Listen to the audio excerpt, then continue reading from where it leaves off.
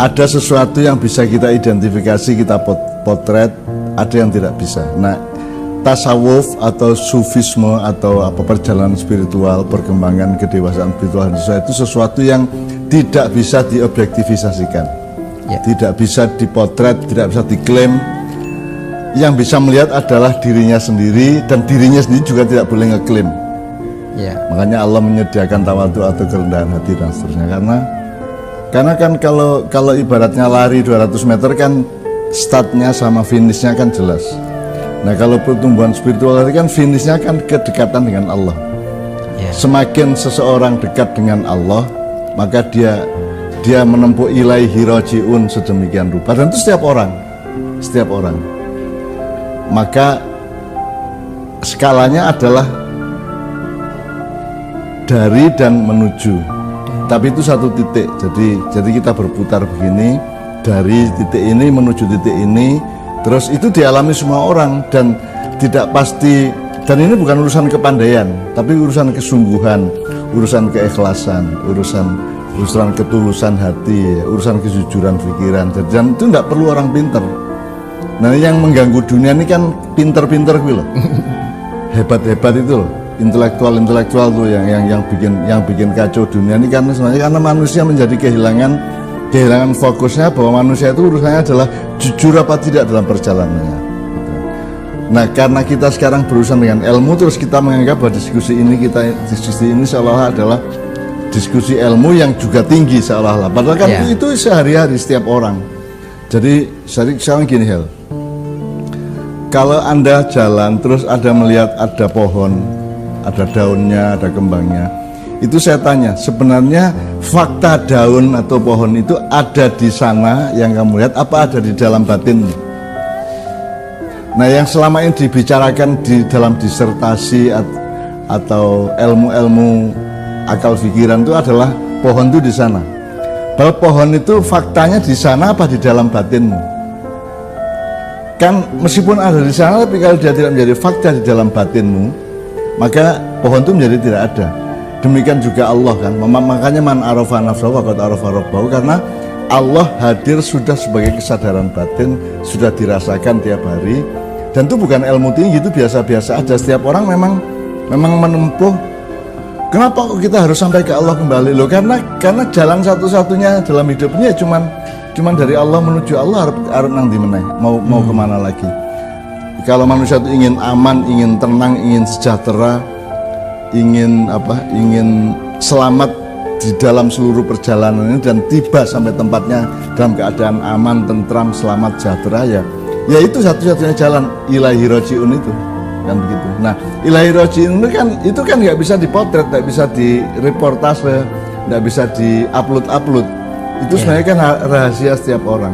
Oleh karena itu sebenarnya kayak saya ngomong pohon tadi, misalnya tasawuf atau sufisme, itu kan sempat dianggap bahwa itu adalah bagian dari gerakan yang bukan Islam, karena dalam Islam tidak ada ajaran tasawuf gitu kan. Itu karena dia melihat pohon di sana, dia tidak melihat esensi pohon itu di dalam dirinya.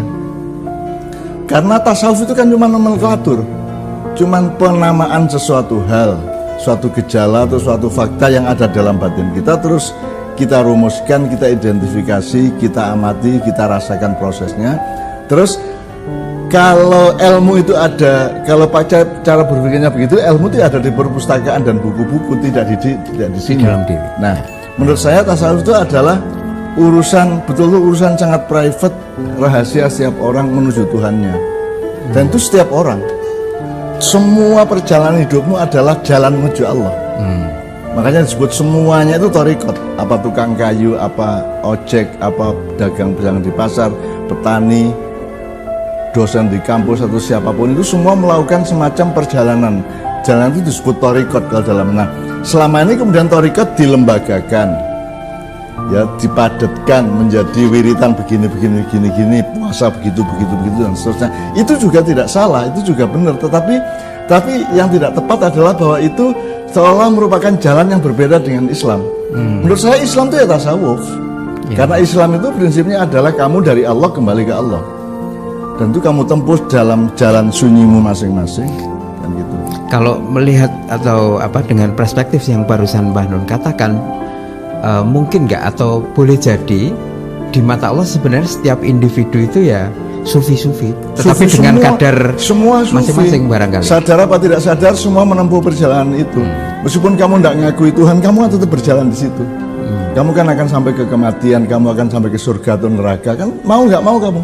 Terserah mau bersyahadat apa tidak, terserah mau Islam apa tidak. Tapi makanya Islam itu bukan yang dari Arab, Islam itu yang kamu temukan di dalam dirimu. Meskipun itu benar, objektifnya itu adalah wacana narasi dari Rasulullah gitu ya. Dari wahyu Allah kemudian disebarkan Rasulullah. Tetapi kan begitu sampai di dalam dirimu, kalau dia sudah menjadi wacana dan narasi dan thariqat batinmu sendiri, baru dia Islam. Jadi Islam itu bukan sesuatu yang dari Arab, Islam adalah sesuatu yang kamu temukan di dalam dirimu, sebagaimana Allah sendiri tidak dari Arab, tidak dari manapun. Allah itu kamu temukan dengan rasa apa, dengan apapun saja di dalam dirimu. Kalau Allah, kata Allah, kalau engkau tidak bisa melihat aku melihatmu, kan gitu kan. Nah, kita merasakan Allah. Jadi melihat Allah itu tidak melihat seperti melihat cacing atau melihat asbak atau melihat kan. Melihat Allah itu harus melihat dengan mata batin yang terdalam, merasakan perannya, merasakan kehadirannya. Makanya dalam maknanya kan ada ilmu hadharah atau ilmu hudur, di mana Rasulullah itu tidak pernah tidak ada, karena dia selalu hadir dalam hidup kita. Demikian juga Allah, kan gitu, selalu hadir. Nah, hadir itu kan tidak di panggung, tidak di lapangan, tidak di forum-forum, tapi hadir dalam kesadaran kita, ya hadir dalam cinta kita, hadir dalam rasa kita, kan. Nah, sebenarnya itu urusan setiap orang, mau tidak mau.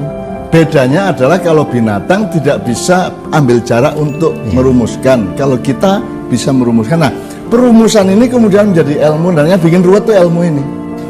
Jadi akhirnya ada feodalisme kalau tasawuf tinggi, terus nanti ada, wah kali ini sudah ma'rifat, kalau ini masih thariqat, ini baru syariat gitu kan, terus belum hakikat gitu kan. Padahal kan 4 hal itu kan bukan tingkatan, menurut saya bukan stratifikasi, bukan prestasi-prestasi dari apa yang disebut perjalanan spiritual. Tidak mungkin Anda bersyariat tanpa hakikat. Karena untuk apa? Kenapa kamu bersyariat? Wong tidak ada hakikatnya, kan hakikatnya itu berangkatannya, gitu kan. Hakikinya kamu sholat itu begini, hakikinya kamu gendong anak itu begini, hakikinya kamu menolong masyarakat itu begini, ya. Nah, itu adalah thariqat. Itu semua itu thariqat, ya. Terus nanti ada pencapaian-pencapaian. Kamu menjadi bahagia karena nolong orang, kamu menjadi senang melihat anak-anak kecil bermain-main. Itu semua kan makrifat-makrifat kecil. Jadi itu bukan tingkatan. Selama ini kan memang ada stigma umum bahwa kalau ini masih syariat, ini sudah ke hakikat, ini sudah thariqat, ini sudah mencapai makrifat. Dan sufi itu terkenal seolah mereka adalah manusia-manusia makrifat. Setiap orang makrifat. Setiap bayi itu begitu lahir dia makrifat. Makanya dia nangis, gitu kan. Kemudian pelan-pelan dia mengenal, oh itu ibunya, oh itu bapaknya, oh itu saudaranya. Lama-lama dia kenal, itu makrifat yang terus-menerus dia temukan. Makrifat itu adalah pengetahuan batin yang akurat, yang esensial.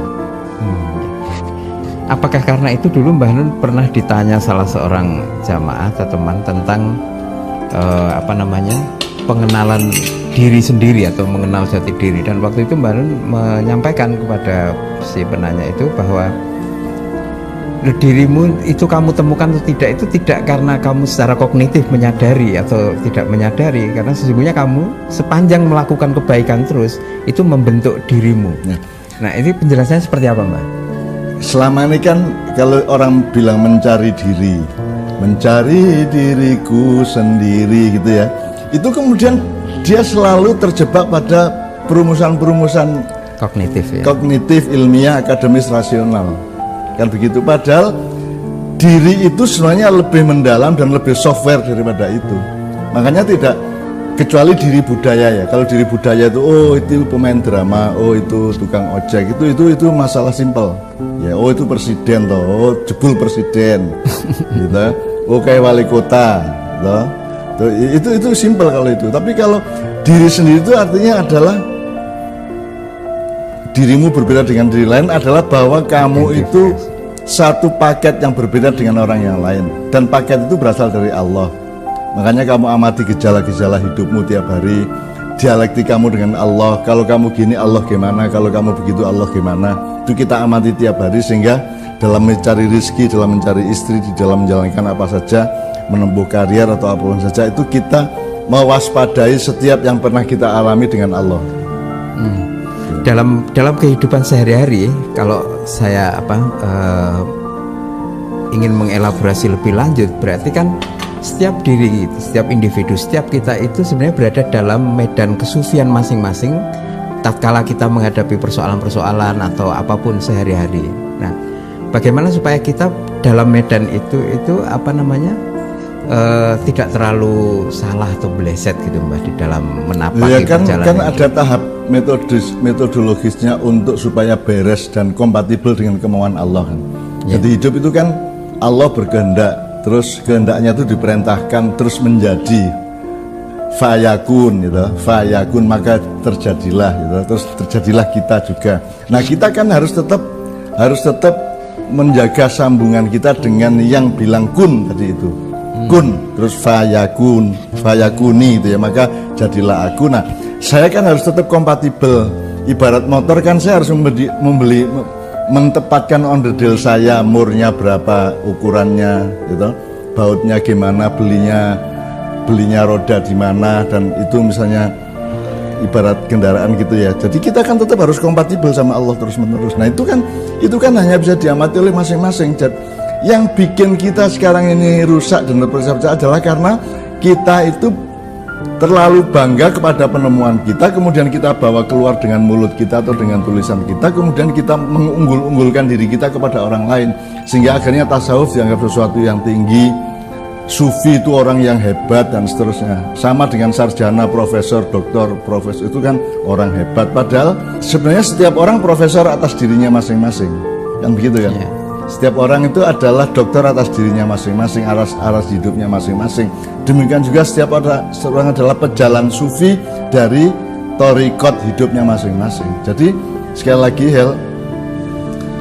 diskusi kita ini kalau bisa mengajak teman-teman untuk melihat tasawuf sebagai sesuatu yang original di dalam batinmu. Jadi kita membersihkan semua pengenalan kita selama ini dengan membebaskan diri dari wacana-wacana yang ganggu. Yang ganggu itu misalnya stratifikasi ilmiah. Oh ini S1, ini S2 segala macam, gitu-gitu itu loh. Itu yang bikin kita bertengkar-tengkar itu karena satu ormas Islam merasa lebih hebat daripada ormas Islam yang lain. Kita kan di tengah satu gerakan, satu kelompok merasa dirinya lebih hebat dari kelompok yang lain, sampai ketika Rasulullah entah sahih entah tidak, mutawatir apa tidak, ya Rasulullah mengatakan umatku akan terbelah menjadi 73 bagian. Kelompok 73 atau 72? 73 kelompok atau firqah, ya, semua masuk neraka kecuali kelompok.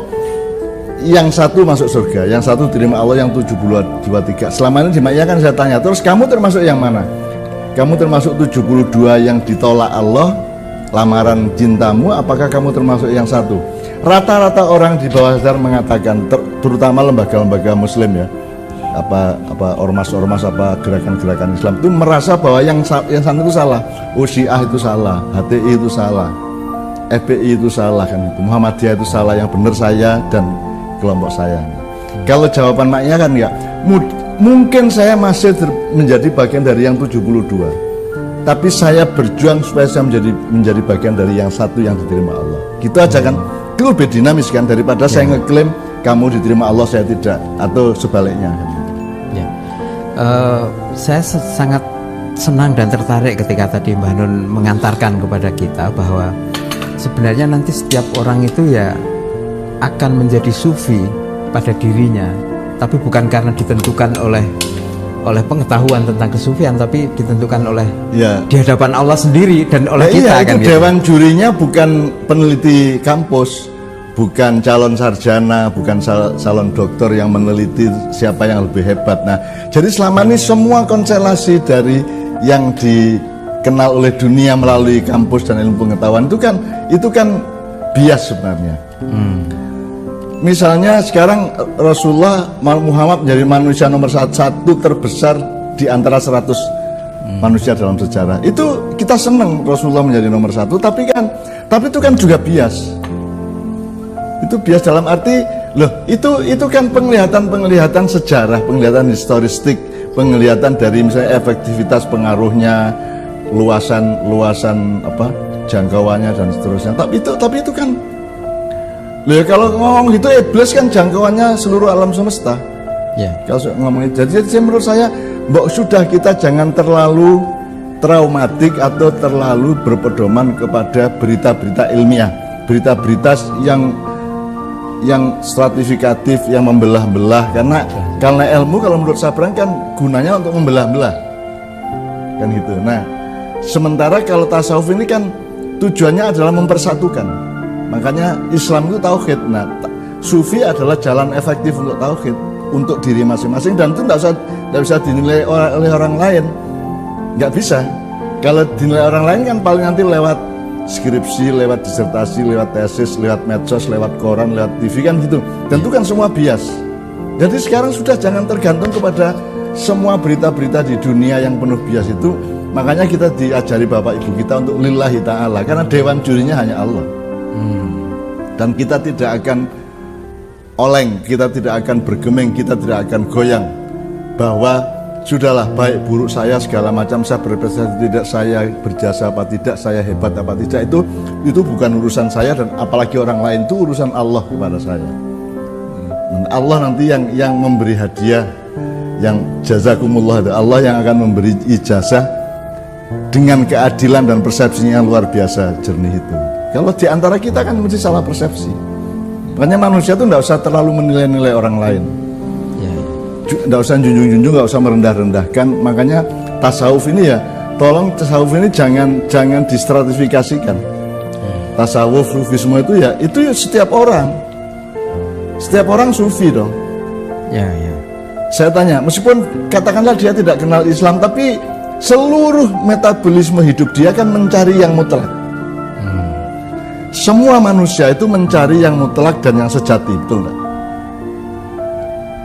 Karena manusia hidup dalam relativitas dan dinamika, maka dia selalu punya kecenderungan untuk mencari yang sejati, yang benar-benar itu ya, the real truth atau the real apapun lah ya, dan yang abadi.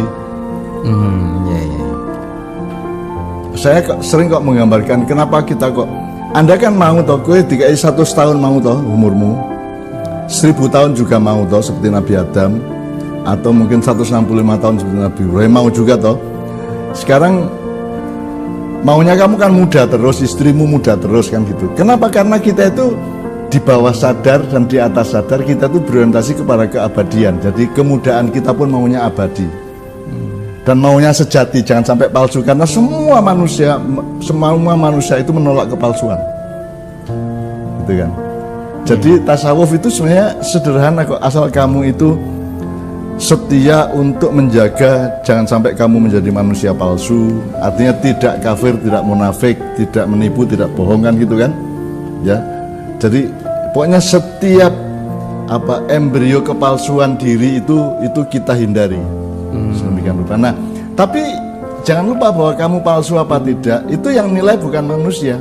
Kalau manusia kan gampang ditipu, dipikirnya hebat padahal sebenarnya dia palsu kan itu.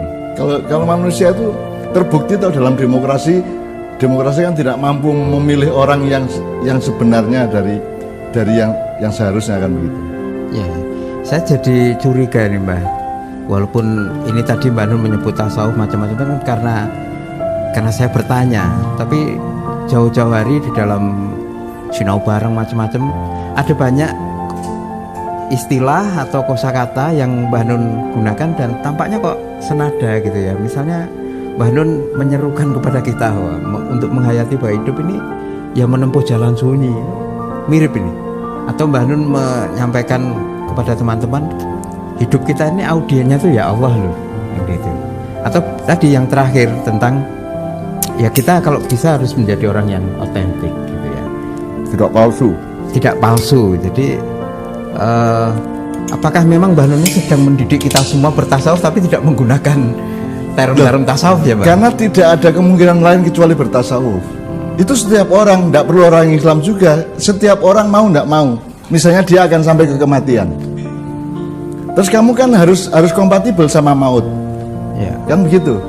Nah sekarang kalau di Maya kan kita sering ada semacam game ya. Misalnya mana yang kamu pilih, orang kaya, orang hebat, orang terkenal, orang sakti, orang kuat, orang pinter, orang baik. Nah anak Maya kan milih orang baik. Itu karena ada apa ya, terembesan. Jadi kesejatian, ketidakpalsuan kita menghadap Allah itu akan mengakibatkan kebaikan horizontal kan gitu. Jadi makanya kita daripada menjadi ya kalau bisa sih ya baik, ya kaya, ya pinter kalau bisa. Tapi kalau harus milih satu ya baik saja. Gitu. Nah karena kebaikan itu merupakan efek atau aplikasi atau apa ya, munculan dari kesejatian, ketidakpalsuan kita kepada Allah kan gitu. Iya, iya. Meskipun dia tidak sadar, meskipun dia ateis. Kalau seseorang itu ateis, terus dia tidak mengakui Tuhan, ya, apakah dia lantas menjadi bukan dirinya, sebagaimana diciptakan oleh Tuhan? Jadi ateis itu nggak ada sebenarnya menurut saya. Itu dia cuma berbeda cara melihatnya saja, dan yang dia tolak itu bukan Tuhan, yang dia tolak itu adalah berita-berita dan rumusan-rumusan tentang Tuhan dari buku-buku, dari ideologi, dari macam-macam gitu loh. Tapi setiap orang mau nggak mau. Anda cuman walang, Anda cuman cacing, cuman ular, Anda daun saja. Anda mau tidak mau, Anda sufi kok. Perjalananmu mesti perjalanan tasawuf. Kan perjalanan dalam Islam kan itu agama tauhid, penyatuan lah. Tasawuf kan penyatuan dengan Allah. Bahwa diakui orang apa tidak, dianggap tasawuf tidak, bernama tasawuf kan tidak soal. Dia tidak berarti. Apa kalau ular, kalau kamu rubah namanya menjadi walang terus dia jadi walang, ya tetap ular.